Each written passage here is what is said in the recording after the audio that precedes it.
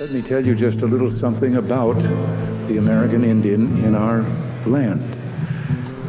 We have provided millions of acres of land for what are called the preservations, or the reservations, I should say. 500 years ago, there were people on both sides of the Atlantic Ocean, but neither knew about the other. On the western side, our side, the people had reddish-brown skins and lived in huts or wigwams.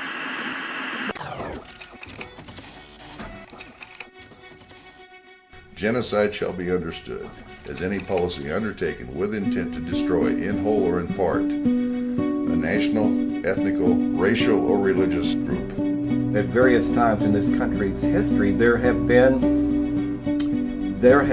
policies that would equate to genocide because they say kill them all. Kill the Indian, save the man in every single pupil. To me, the suicide epidemic happening in Indian country is just a manifestation of all this history. The problems surrounding alcohol, gangs, health are truly beyond what we understand. I brought to Congress bottles of water from Indian reservations.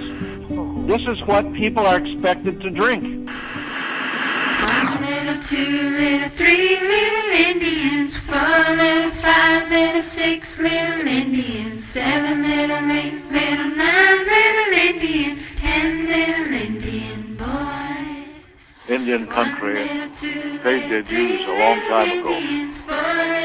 They gave their sons and daughters, shed their blood for our nation. They gave their lands, and it's about time the United States government met its obligations.